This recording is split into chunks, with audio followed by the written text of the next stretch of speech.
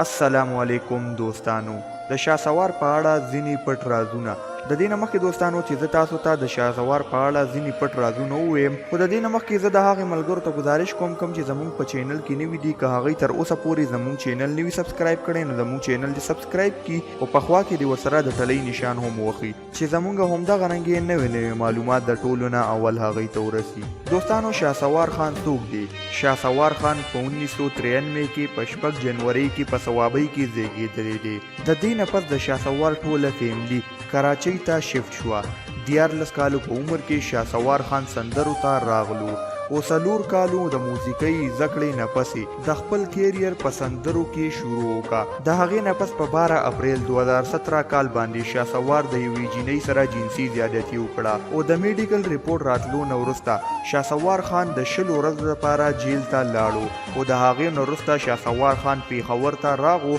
او هلته کاکاخیل ټاون کې یو ملګري سره تبلیغ ته لاړو دوستانو کله چې شاسوار خان د یو جینۍ سره جنسي زیادتي وکړه نو د سره ښځه هم په بدو باندې شوه او د ده او د ښځې ترمنځ ډیر زیات جنګ جګړې راغی او شاسوار خان په تبلیغ کې ډیرې زیاتې سختۍ هم تیرې کړې ځکه چې د ده څه کاروبار نو او ټول وخت د تبلیغ دپاره وقف کو نو د سره په جیب کې 1 روپۍ هم نه وه چې د دې نه پس شاسوار خان بیا خپله حوصله ختمه کا او یو ځل بیا د ګانو ته د راتلو خبرې په سوشل میډیا باندې خوره کا چې په دې باندې شاسوار خان له پښتنو په خوله کې غول ورکل او دومره په دې خبره باندې ذلیله کو چې شاسوار خان هم ضد شروع کو چې زه به خامخا سندرو ته د دې خلکو د کسته راځم دوستانو څو ورځې مخکې د شاسوار خان او د هغې د ښځې د فرزانې ترمنځ ډیر زیات جنګ جګړې راغی چې کله شاسوار خان نه ښځې خپل بچي خپل کور ته بوتلل نو شاسوار خان په خپلې ښځې باندې الزام ولګولو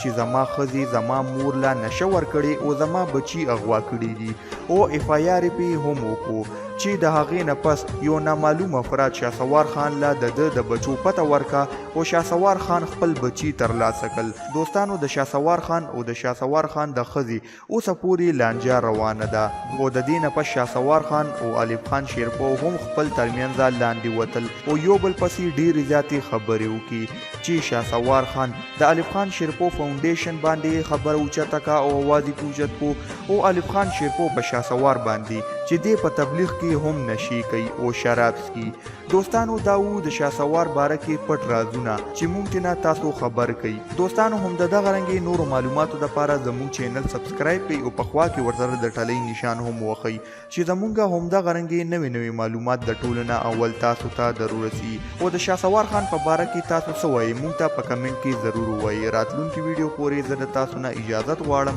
د الله په امان